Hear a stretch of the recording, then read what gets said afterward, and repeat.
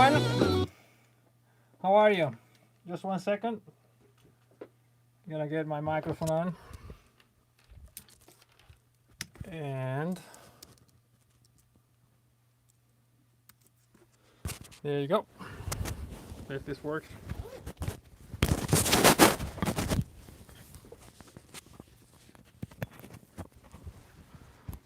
Like this, and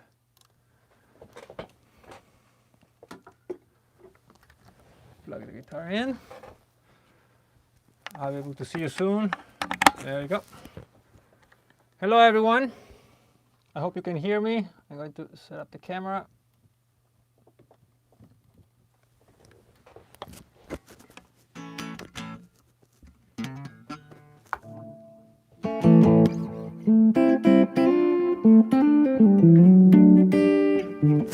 Hello, so who's there? Let's see, there's 3 people watching. Please introduce yourselves and tell me your name and where you're from and all that kind of stuff, so I can get to know you a little bit before we start talking about guitar. Hello or hola, lo que tú quieras. Bueno, mejor hello. Hello is better, since I think there's people from all over the place eventually, so we can speak English. Right, so I think your name is Bert, or Berto, or Roberto, something like that. So if you want to introduce yourselves, I can see the chat from here. And Alberto, pues encantado, Alberto. Y ahora no se me ve la cara, que no, un segundo. And we play some guitar, and we can maybe talk about technique and songwriting and improvising, whatever you want. If you need help with anything, maybe you're at home practicing and you're stuck. Oh, from Rio de Janeiro. Nice, nice. So, Seventh Son. That's from Iron Maiden. I love Maiden. That's actually one of my favorite records that they've ever made. So, you have good taste, my friend. And so maybe you're at home in Brazil. I don't know, are you quarantined in Brazil? Like we are? Because we're kind of stuck here in the studio. So that's why we're doing this, to help people get through this this time. I think maybe, through 3-4 weeks, whatever it is. Okay, so it's good to meet you. And anybody else, if you want to introduce yourselves, please do that. Otherwise, we'll just get going, and feel free to jump in whenever you want in the chat.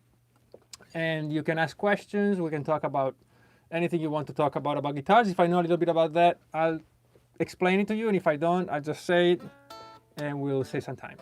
All right. So I am the guy who wrote you on YouTube about guitar books. Oh, yeah. Yeah, you did. You did. I'm sorry, I didn't recognize you. Yeah, so my favorite books. I think I'll make some videos about the books, because I think it would be great for the 1-minute format, but I'm going to give you a few tips. It's 2:37 in Brazil. Great. Well, thanks for joining. And so Alberto, I think a few books just off the top of my head, and then we'll do more. But what kind of music are you into? What are you trying to improve? Tell me what you're looking for, and maybe I can suggest a few books.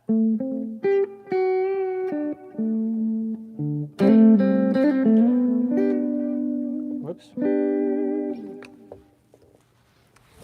Because, depending on the kind of music you want to play and the things you're missing as far as your practice goes, we can go in one direction or the other. There's some books that are great for jazz, some that are great for rock. Classical music has quite a bunch of renowned, methods. So I'll wait for your, Alberto, I'll wait for your comment, and then we'll get into it. In the meantime, yeah, so I'm stuck at the studio about every day. Actually, I'm stuck at home, and then every day I make my way to the studio and close it up, so I'm by myself and isolated. And I can stay here for maybe, a few hours. And I won't be going live every day, but I'll try to do it if you guys are interested and it helps you out, waiting this thing out. We'll keep doing it. I don't know when the next one, but maybe we can do Saturday or Sunday. So if you have any preferences, let me know. I'll say it again at the end of the video.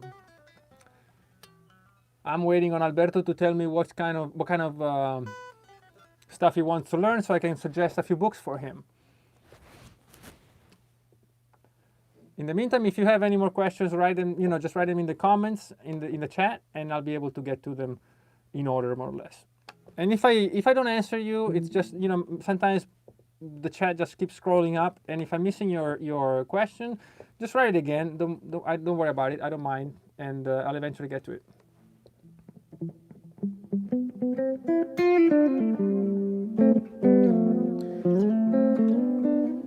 So in the meantime, I've been finding out that a lot of people don't know how to harmonize scales. So while I'm waiting for Alberto's question, I'll talk a little bit about that and tell you how I can. Oh, here's the question. Well, then I'll save the harmonization for later. All kinds of rock, heavy music like you play, of course. Well, thank you, Satriani Vai. But I'm a beginner player, just 2 years in guitar classes right now. Well, for what you're doing, I think if you're having guitar lessons, I don't want to go too specific because maybe I'll piss your teacher off. But I would probably think of more than a book. Let me just get to something that's more universal, and then we'll talk about books. Okay? So I think what you should know is at least one way to navigate the fretboard. Okay? There are many ways you can do it. There are those, as I said in one of the videos. You can play on only one string, so you pretend you have 6 guitars, only one string on each guitar, and excuse me, and you just play that one guitar all over the neck, because that gives you more than or at least 2 octaves, and or almost 2 octaves depending on your guitar, and you can play anything you want on that string. So that's one way. But I would suggest, actually, you say you're a beginner, I would suggest you use the cage system, which has been getting a lot of love and a lot of hate, but it doesn't matter because it's only a tool, and I think it's very useful to begin in, learning the fretboard, and then you can abandon it. So, I would suggest the cage system if you want to ask your teacher. I think it's a good way to get started because it helps you out with the major scales, the minor scales, all the modes, and then it's really good for pentatonics. Whereas other kinds of organizing the neck, they're not very good on other scales, okay? So on pentatonics, like 3 notes per string is not very good to learn pentatonics.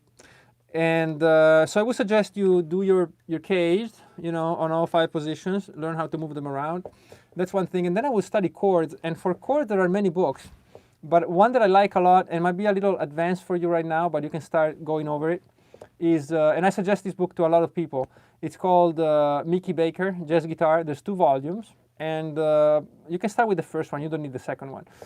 And you might need some help from your teacher, but it's a very good book. It starts with strange chords sometimes, if you're not used to playing this kind of stuff, right? I played it many years ago, and I keep getting back to it because there's always things. And another great book that I had about Mickey Baker, I found out when I was a kid. I read an interview with Robin Ford, and I think we talked about him just a while ago, but yeah, he's a great guitar player. And I went to see him, I was maybe 17 or something, and I went to see him in it was outdoors, it was a small place, and maybe we were like 50 people. And then it started raining, and everybody left, and he had this very expensive guitar and amp. And he said, well, I'm gonna stop for a while, but if you hang around, I'll get back.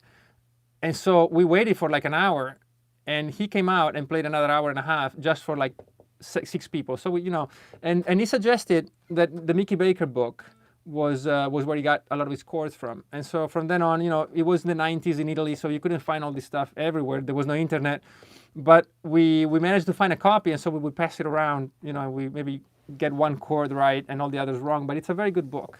But you might need some help. And also for chords, there's another one by Joe Pass. Joe Pass is called Guitar Chords. But that's a bit difficult because it doesn't give you the names of the chords. But you should play through the whole book, right? I think you're mentioning Satriani. I think Joe once said that he would just go through the whole book every day until he got the sounds of these chords in his head. Okay, and as a beginner, I know it's a bit hard because you don't know where to look, but you really have to just get down and do it instead of worrying so much about how you're going to use this stuff. You need to learn by repetition first. So if that helps you. So that's 2 books, and they're a bit hard, but they're very useful. And then as for technique, I think anything out there that covers the basics. When I was growing up, I had a book by, I'm from Milan, originally, I'm from Italy. And back then, you went to this huge bookstore and there was only like one or two books, so I didn't have an option. And the book was called Metodo per chitarra heavy metal. And it's a method, guitar method for heavy metal guitar by Giacomo Castellano, who's, he made this great book. And it's out of print, and I hate to say that you can find it on the net. I think you can, but if you find a legal way to do it, that would be best. But it's divided into chapters, and it gives you exercises for each chapter. And I've played through that thing. I mean, I used to listen to the tapes in my parents' car through the exercises because I thought they were beautiful. And most of them were just basic, arpeggios, and you had scales, and it goes into alternative picking, like sweep picking, but on a scale. It does tapping, the legatos. So that's a very good book. Okay, so I'm going to go over them again. I would say Mickey Baker, if you can find some help with it. I would suggest the Joe Pass guitar chords book, even though it's hard. You don't even need a teacher for it. Just go through it. Don't worry about the names of the chords. Just go through it, play through it, and you'll find some beautiful sounds. And eventually you will grow to be able to use them. And then the Giacomo Castellano, the method for electric guitar, that's a very good book. Otherwise, I would go back to basics. So I would go through a lot of those exercises that we all hate, but that are really good to get your strength. So I would probably say playing all possible combinations of these four fingers. So you can play 1, 2, 3, 4, right? But if you go through it mathematically, you can work out 24 combinations. 1, 2, 3, 4, 1, 2, 4, 3, 1, 3, 2, 4, 1, 3, 4, 2, 1, 4, 2, 3, and so on. And with that, you can work it with alternate picking. You can do it with legatos. You can do it a long time on the same string just to get your bearings as to how to use the pick on each string. So, those things, trills, just playing this in all possible combinations, very basic stuff, but that's very useful because it's separated from the music. I've never been too much into studying technique that's too musical because I don't want to play like an exercise. So I always try to reduce everything to the very basic movements and then just use the improvisation. I'm sorry, I talk a lot. When we talk about music and guitar, I get carried away. So it's a long answer, but I hope it's useful. If you need anything else, just let me know. All right. You seem to have big hands. I have small hands, and it makes it a little more difficult. Yeah, I'm sure it does. If you have smaller hands, you have to change the way you navigate the instrument. But you know what? There are small kids playing classical guitar, and they're virtuosos. So the guitar was not built for somebody with big hands. It was just built as an instrument. The same as the piano. The piano, if you have long fingers, maybe it's a bit easier for certain things, but sometimes it's harder to control and to rein them in. So we all have our advantages. But unless you want to do like strange things, dumb like this, you don't really need that much. And maybe the reason you're having a hard, well, you or anybody else watching, that you might be having a hard time reaching certain fingerings is that your technique is not properly in tune. So, for example, if you have a tendency of playing with your hand like this at an angle, like dropping, I'm sorry, excuse me. I apologize. If you have a tendency of dropping your hand like this, a lot of people do that. Now, if you have long fingers, you can kind of get away with it. But if your fingers are a bit shorter and your hand is a bit smaller, then you really need to get your technique at a place where it can reach everywhere. But usually you won't have a very hard time. I've seen people with small hands playing this, the famous Mickey Baker chord. And you can play it because, it seems like I'm using my big hand, but my big hand can reach a lot further than that. But this is useless. I don't need to do this. So I think you'll be okay. Just make sure your technique is clean, and I think you'll be okay. If you have anything specific, then let me know and I'll try to help you out, okay? And Alberto, going back to you, you said that maybe learn the position of the chord and the sound. if the name, because I have read some stuff from Satriani without the names, just the position. Well, maybe that's what he was talking about, the Joe Pass book. It's exactly what it is. And you can divide the practice. You know, you can have, okay, let me go back to chords a little bit, okay? You need to know the basic chords. Of course, you know, you need to know your basic chords. You need to know how to use your bar chords. You need to know the basic, you know, major seventh, minor seventh, sevenths. You know, you should be able to play them. Sixth, you know, I don't know. There's so many of them, but the basic ones you should know. And if you can learn them in a few positions, that's even better, right? So if you have, obviously, a chord like C major, you can play it in 100 different ways, and I suggest that you do if you can. But maybe a major seventh, you know, they're very important, you know, all the 7 chords. Maybe you can learn them in like 5 or 3 or 4 or 5 or 6 positions and have them that way.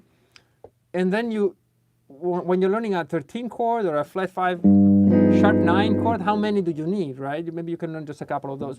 But those are the ones you use as you would use your technique. Like if I'm improvising or composing, I need some chords that I can get to it that I can get to quickly. Because if I think, okay, I'm in A minor, I need a D7th, then I need to be able to get there quick. And then eventually maybe I will change the fingering and like make up a new one to fit the song, but I need to have that agility, the mental agility to go anywhere. The same as when you play a scale.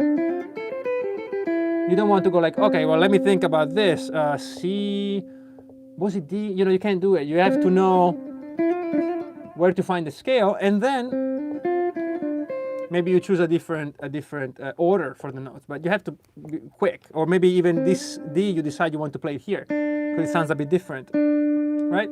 And so chords is like that. But what I was talking about, the Joe Pass chord, because I'm assuming your teacher is teaching you the basic chords. But the Joe Pass book gives you actual sounds.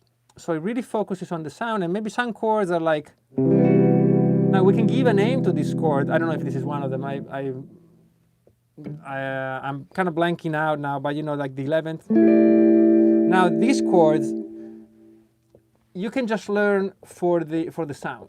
For the sound, and to figure out that, well, look, I can play this and that, and if it works in your song, then you can use it. But you shouldn't worry about the use of these chords. You should just learn them as a process for your fingers and your ear. Okay, so it's a great book. It's a great book, but it's hard to explain why it's useful until you do it. So I would suggest you pick it up. It's maybe like $6 or $7 or something. It's really cheap. It's small, and you can go through it every day. Okay? Yeah. All right. So we'll do more questions if you want. Joe Pass. It's Joe, P-A-S-S. Joe Pass. You can look it up on the internet. It's a pretty famous book. You can just write down Joe Pass book without names. And it's a very well-known book. A lot of people use it. Same with the Mickey Baker one. Yeah, Joe Pass. You got it. Yeah. So while I wait for more questions, I was talking about harmonization of scales. And here's a little tip maybe you can use. Because we all know how to play scales. I have to stop looking at the screen because it has like a 2-second delay. It screws me up when I'm playing. So I look at the camera. How to play a scale, right? And I can give you a little exercise. If you know how to find a triad, like maybe C major triad, which is C, E, G, right? I'm gonna do it in C, but you could bring it down here to be, you know, a bit more comfortable. Then the notes become a bit stranger. But if you do it with C, then you can think, okay, well, do I know all the chords in C? And if you know them, great. If not, you can look it up. It's pretty simple information. You go like, well, I know that the C major scale is C, D, E, F, G, A, B. And the chords are major, minor, minor, major, major, minor, diminished. And what you can do is learn, even if you have to look it up, it doesn't matter. I don't know if I can play this here, but all the, and then, well, I'll do it here. And all the fingerings for those few chords. And then instead of improvising with the notes, you can improvise with these little chords. And they work, and they're all chords in C major, you can play little progressions. Over all this stuff, you can start just playing, instead of playing notes, you can play little chords. Just make sure that they fit. If it's A has to be minor, right? G has to be major. F has to be major.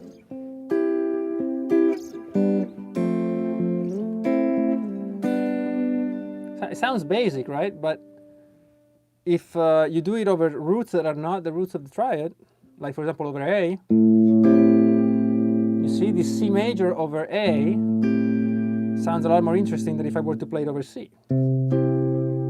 But the idea is I can use it because all these little chords that I'm playing are all made up of notes from the major scale. Okay, I hope it's not too advanced, but it's pretty simple actually. Just make out all the 7 triads for a major scale, and you can play them over each note of the scale. It gives you a lot of color. Like I can pick A, and instead of playing A minor over it, I can try playing G major over A. You hear that? It's beautiful. And then of course I can move the bass and leave the triad. And you can do it yourself like this. It's a bit hard. You can play this G major over D, which makes it an inversion, but then I can play G over C, which kind of makes it like a 7/9, right? If you want to look at it from the C point of view. So you don't need to get into the theory. I'm doing it if anybody out there is at that level, which I'm sure a lot of you are. But the idea is, again, pick a major scale, C major, make triads out of it.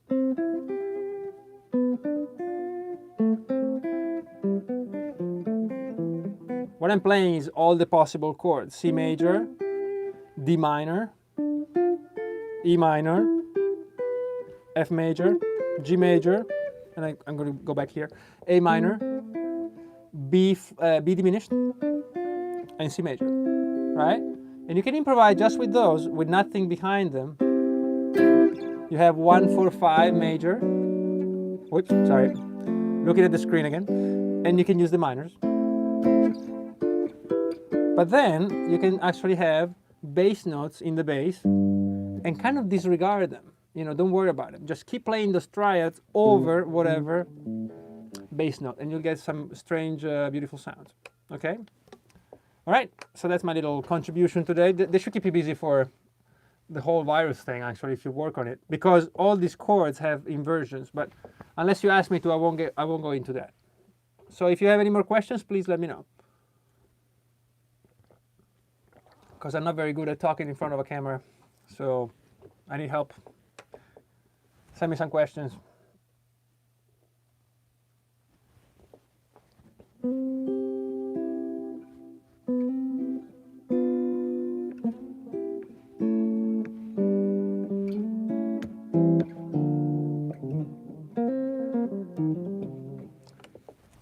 All right, no more questions. We don't have to stay here for as long as we usually do. So if you guys are cool and you have enough work to do with your guitar, we can just stop here. But I'll hang out for maybe, I don't know, a minute or two and see if there's any more questions.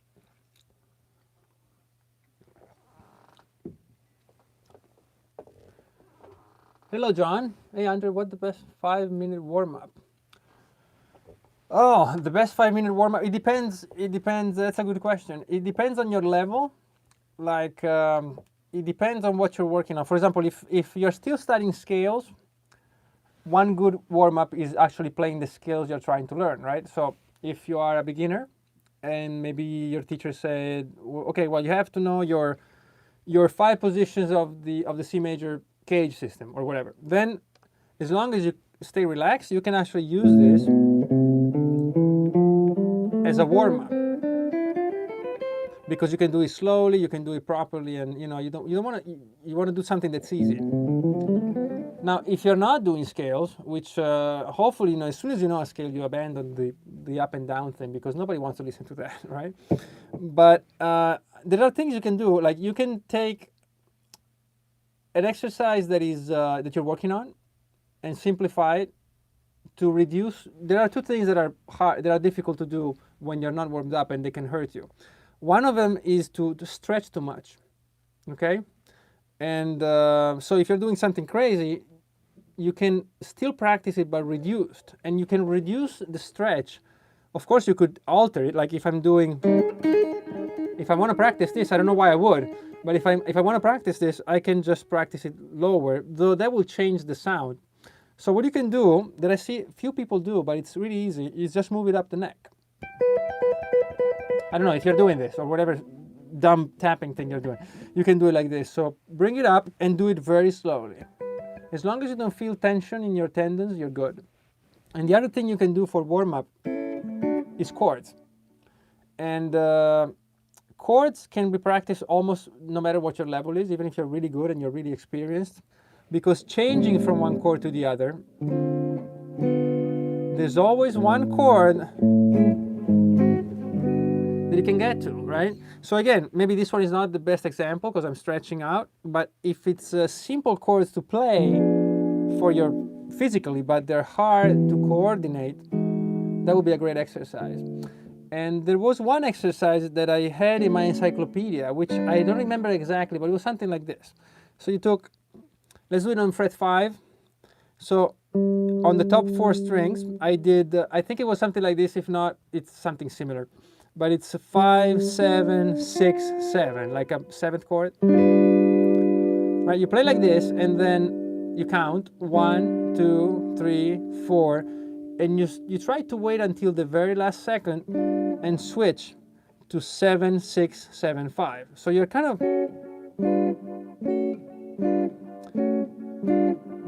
you're asking the fingers to do like the opposite thing of what they were doing before.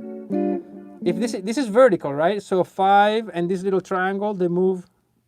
The 5 goes down and the triangle goes up, and then you can mix it up and make it more difficult, like this, and maybe you can do the opposite, which would be like this: 7, 5, 6, 5. You know, you can see it as a mirror. You see that? That's actually pretty hard to do. And the thing is, you do it at the same time. All fingers must get up from the fretboard and land on the fretboard at the same time. None of this, right? One finger at a time. You shouldn't do it. You should always practice to putting your position in the air and then lowering it to on the fretboard. So that's just two things. You can do little exercises with alternate picking. Flamenco guys, they do a lot of, you know, as long as you don't go too fast. I don't usually warm up for long because I can feel when I'm ready. So I just start slowly and you know, work my way up. But you know, warm-ups are very useful for beginners because it's a good time to do those boring exercises, because that's all you can do at the time, right? Because you don't want to stretch too much, you don't want to use too much strength. And then when you get good, you never play with tension. You're always relaxed. So you can pretty much get up and start playing. It's useful practice modes without a chord in the background, because some people play modes as scales and others say that the mode is in the chord. It's so confusing. You study mode. Okay, well, modes are, a mode exists without a chord. So if I play a mode, I'm going to play, well, I'm not going to tell you what I'm playing. You probably hear it. Not if I don't turn my volume on.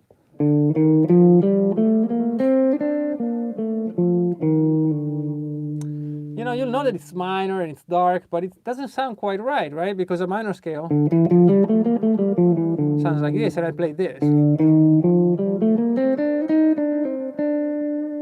And as soon as I add a little bit of phrasing, then I can put you into any mode, not mood, but mode I want. I can give you the Lydian sound.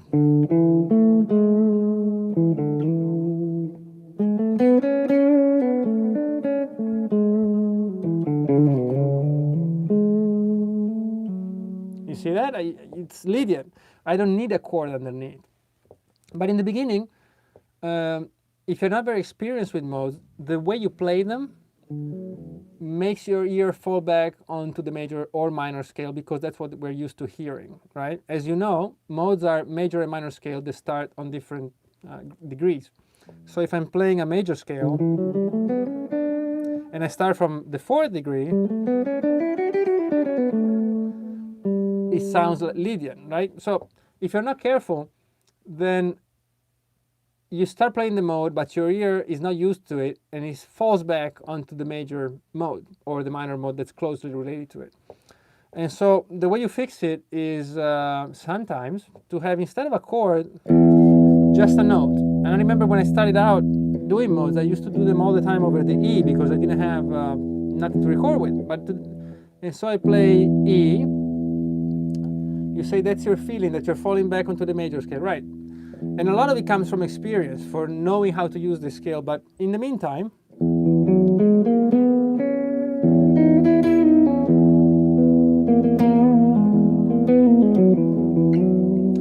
this sounds very Lydian, because now, even if I don't know how to use the mode, this E is reminding me that, hey, you are in E, right? So if you don't play E major, oh, sorry, this sound is strangely exotic,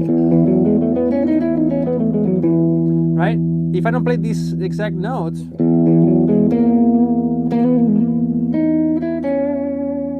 this E is reminding me that I'm out, or if you're doing the right mode, you're in, right? So I would suggest starting out with just the bass note in that root, and like this you can go through all the modes. For example, I can go major, Dorian, I do Phrygian, Lydian,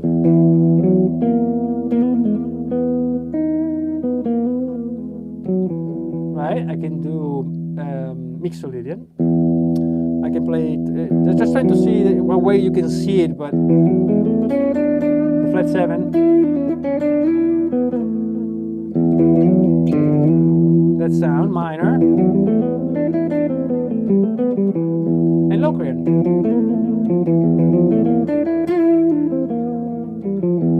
You see, it doesn't matter what I do, it still sounds like a mode, because this E is not letting up.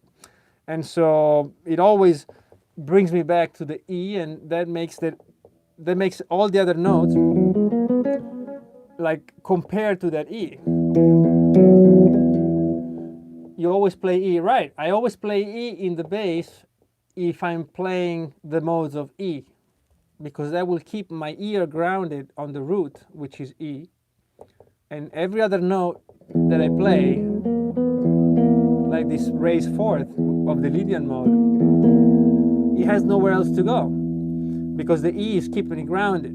If I only play E Lydian,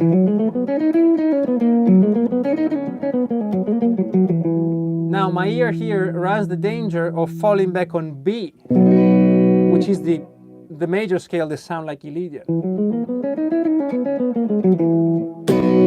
You know, and that's a danger. But as long as I keep the E below,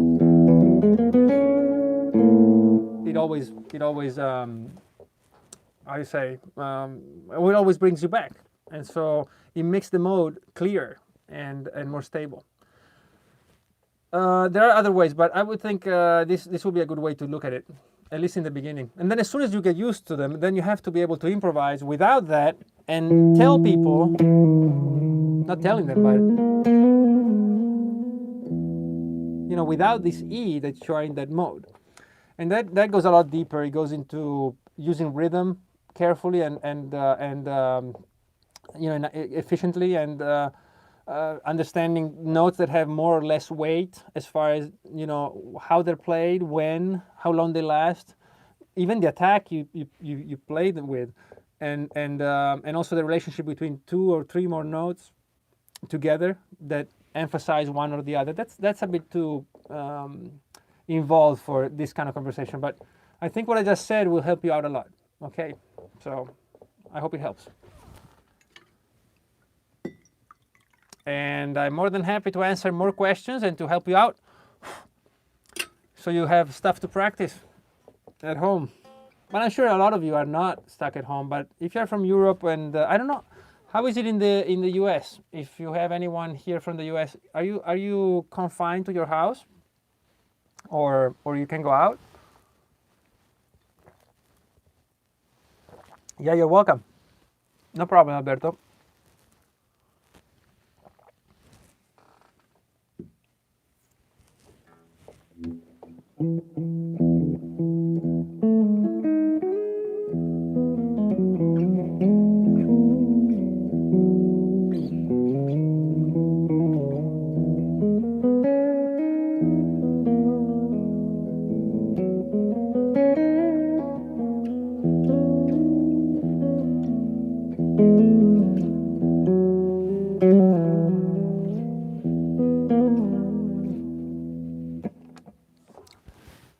Yep. One more question, Carlos.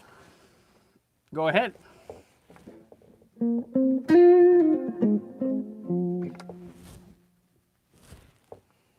the meantime, I can play over E. But you can use some strange scales.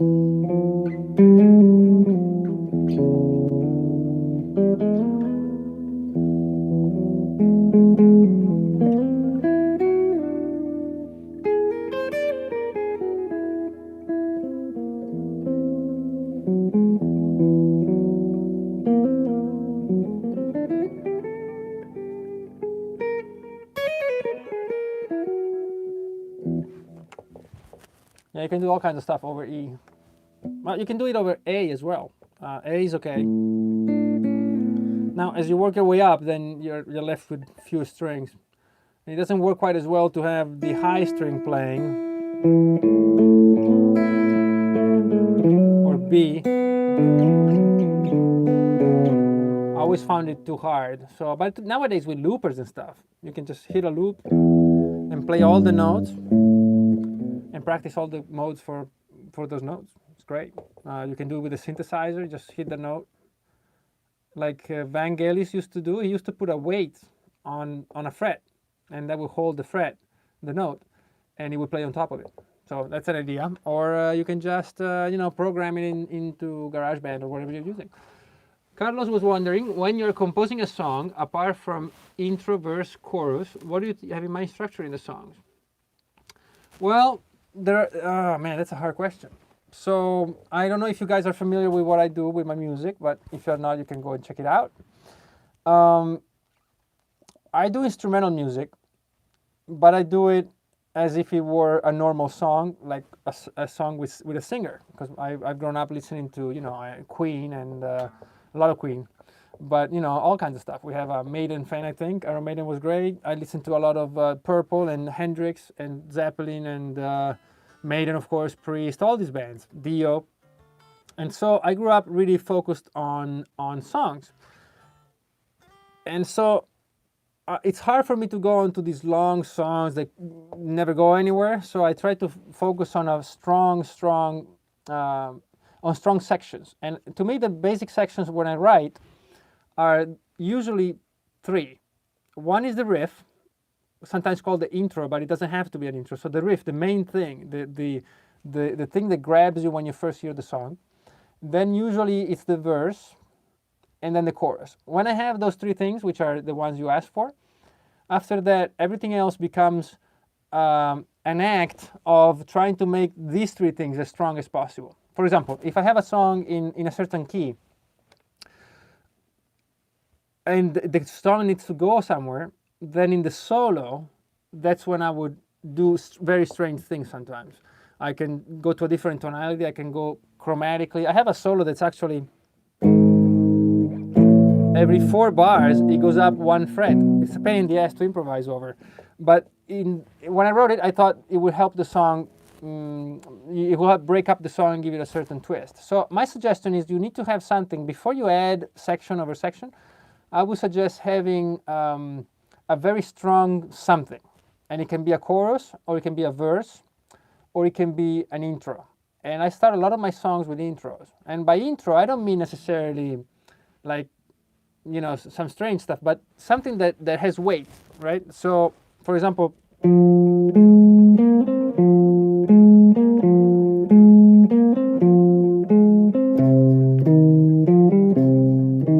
everybody can play this. But when I came up with it, I thought this is something that I can build a song around. And so when you have something that you believe that has weight, then you will be able to construct things around it. You know what I mean? It's hard to explain, and writing music is really just it's hard to put into words. But that's one thing I'm really careful with. Or if I find that a lick that I enjoy, like remember I think we talked about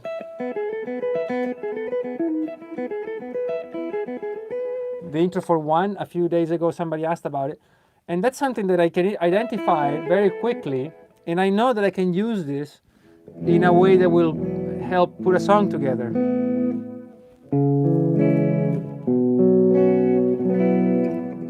And this all comes from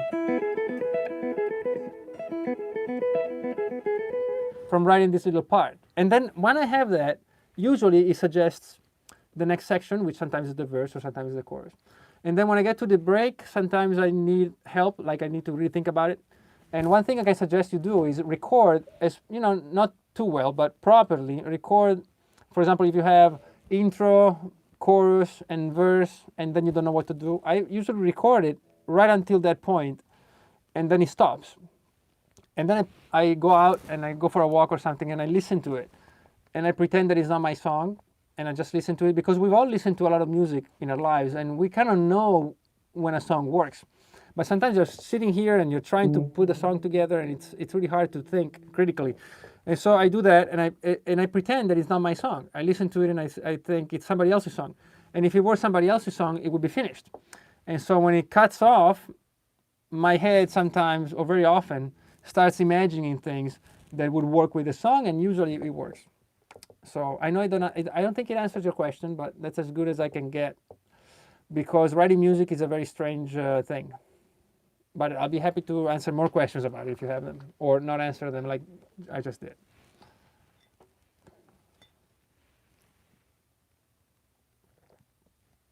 Oh, and another thing is, if I have a song, usually I have a very clear idea, not of what the song will sound like, but I have a clear idea of the concept of the song. It can be an image or a sensation, or whatever it is, and then that does inform an experience. It does help saying, well, if this song is about this, then I probably wouldn't play that, right? If it's a happy song, maybe you won't play certain things. Or if it's a happy song, like One, I'm talking about this song because maybe you guys know it. It's one of the most, but it's in E major. The whole song is in E major. It's a very kind of happy song, but the solo immediately shifts to E minor. So the song is in E major.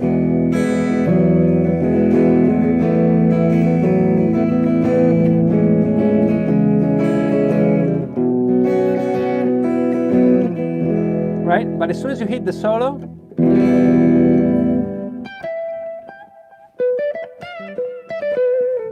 you go to E minor. And that has a big impact, right? So experience, and knowing music, it helps. If you say, I want that kind of impact, then you kind of know what 2 or 3 options you might have to do it. So that does help. So again, I don't think I've answered you properly, but it's as good as it gets. Okay? I can stay a little longer, so if you want to hang out a little more. Oh, it's Alex. Man, this guy that just came in, he's a great guitar player. His name is Alex, and he's an incredible guitar player, and you should check him out. I think, Alex, do you have a new album coming out? Oh, well, they'll think we set this up, and we certainly haven't, but he's a great guitar player, and I think he has a new album coming out. And let's see what he says in the chat. Well, I know he has a new album coming out. But yeah, he's a great player, and he has this website that only deals with guitar in Spain. So just a little plug. Yeah, it's already live. Haha, thanks, mate. No, you're welcome. Man, you're great. He's a great guitarist. He plays covers like nobody's business. I'm always scared that he would play one cover of my songs, because then he'll play better than I do. But yeah, he's a great guitar player. I don't think you have any questions, but if you do,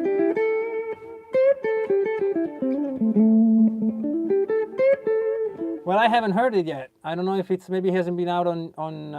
I'm waiting for the Spotify link and that kind of stuff. But yeah. So congratulations, Alex. I think it's her first album, right, of original material, and I know it's a pain in the ass to make records. So congratulations, and I hope it goes very well for you.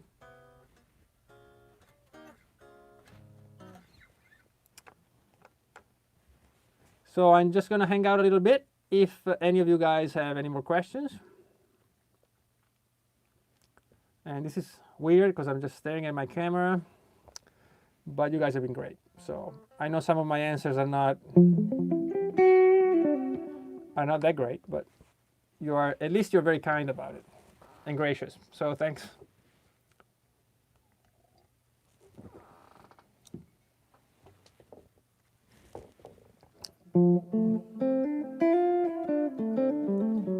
Yeah, same to you, John. Thank you for being here. You know, there's always stuff to do, but sometimes you're no, Alex, we can hang out. You're not late. I mean, we can, as long as, you know, if you guys want, we can hang out. It's hard for me to come up with things to talk about.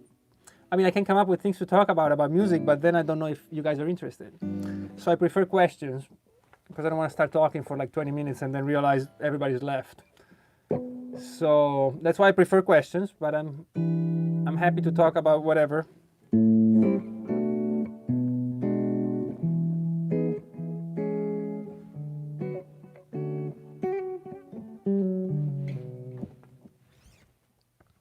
In the meantime, I'm having my tea, which I have to go to the bathroom if I keep drinking like this.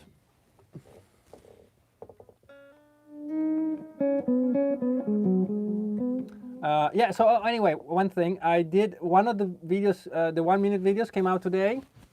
It's about music books, so you can check it out. We had a discussion earlier about this, but those will keep coming. So even if I'm stuck home or in the studio, they're coming. They're coming with there's at least 4 more that have been recorded, so we should be good. And I'll try to get to the subtitles. We'll try to get them ready. So if you are from Italy or Spain, at least or South America or whatever, you'll be able to enjoy them. At least there's 2 more weeks we're all set. They come out on Mondays and Thursdays. Okay, so that's pretty interesting stuff. And if you have questions about the previous ones, please let me know. Yes, it actually is a good time. You can refer. If you think 1-minute videos are too short, then don't worry about it, because a few years ago I made I feel bad now about, talking about my own stuff, but it might be of interest. There's something called the Guitar Encyclopedia on YouTube, which I did in 2015, I think it was.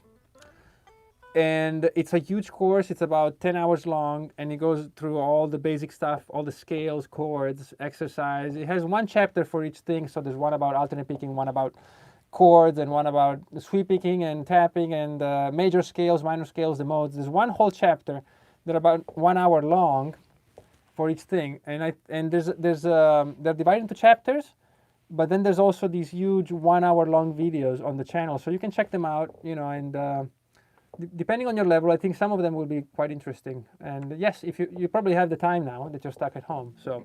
It's called the Guitar Encyclopedia. Thanks, Alex, for bringing it up. But I really do think that it's a useful collection of information. Okay. So, oh yeah, thanks, Alberto. So I'm gonna wait a little more. But if there are no questions left, maybe we should just go home and practice, and then maybe try to do this again.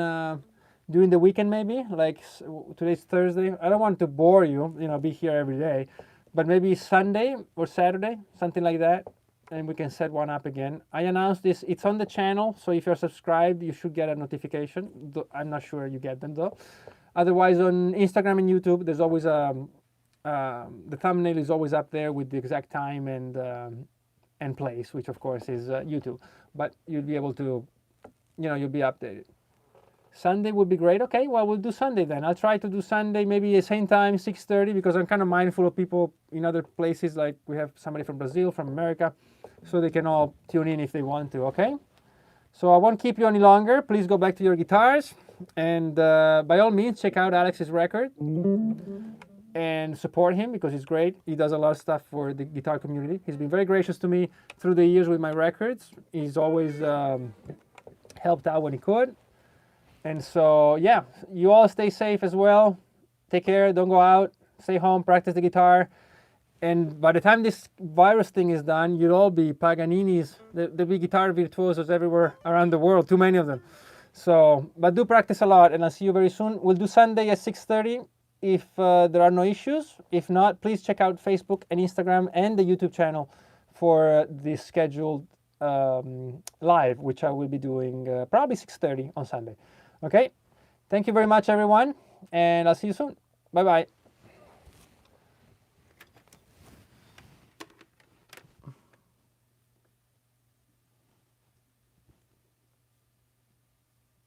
How do I stop this?